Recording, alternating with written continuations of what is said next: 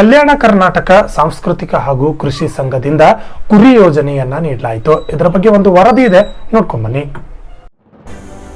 ಇಂದು ಬಸವ ಕಲ್ಯಾಣದಲ್ಲಿ ಕಲ್ಯಾಣ ಕರ್ನಾಟಕ ಮಾನವ ಸಂಪನ್ಮೂಲ ಕೃಷಿ ಹಾಗೂ ಸಾಂಸ್ಕೃತಿಕ ಸಂಘದ ವತಿಯಿಂದ ಬಸವ ಕಲ್ಯಾಣ ನಗರದಲ್ಲಿ ಫಲಾನುಭವಿಗಳಿಗೆ ಕುರಿ ಯೋಜನೆಯನ್ನು ನೀಡಲಾಯಿತು.